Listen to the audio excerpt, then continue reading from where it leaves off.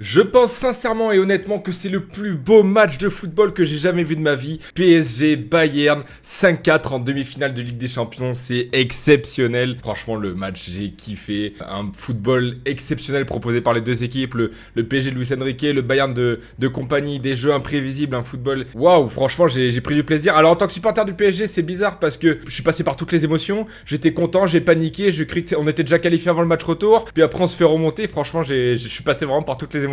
Je sais pas toi ce que t'as pensé de ce match. Ouais, match impressionnant, franchement, kiffant à regarder parce que il y a eu énormément de buts, énormément de spectacles et ça fait plaisir à voir. Et on a vu aussi deux équipes qui sont, je pense techniquement, que ce soit dans la macro ou dans la micro de leur jeu, au point et prêt à déployer toutes sortes de styles de jeu et de tactiques pour pouvoir prendre le pas sur l'adversaire. Donc c'était un match hyper ouvert. Je m'attendais pas forcément à ça et en fait c'est surtout, bon, faut dire les termes, les couilles des deux entraîneurs. Personne s'est chié dessus. Personne s'est dit allez, je vais mettre un peu le bus, on va voir comment ça se passe et tout. Non, les deux ont voulu proposer un match avec des buts et voilà, donc franchement impressionnant avec des super belles prestations de plein de joueurs, Dembélé, Olysée et tout. Franchement, des gros matchs qui resteront en mémoire, je pense. Ouais, limite, hein, limite des top matchs pour chaque joueur, que ce soit pour Dembélé, comme t'as dit, Kvara, Olysée, Luis Diaz, Kane, même si on le voit pas, on l'a pas super vu offensivement, des retours défensifs. Chaque joueur a été exceptionnel sur le plan offensif. Défensivement, un peu plus compliqué. Ouais, je prends l'exemple de Marquinhos, après tu veux pas trop lui en vouloir, il te sauve un but de Olysée du 2-0 qui aurait pu tout changer, mais voilà, il se fait mélanger par Luis Diaz sur une action qui mène au but, donc un peu compliqué. Mais non, franchement,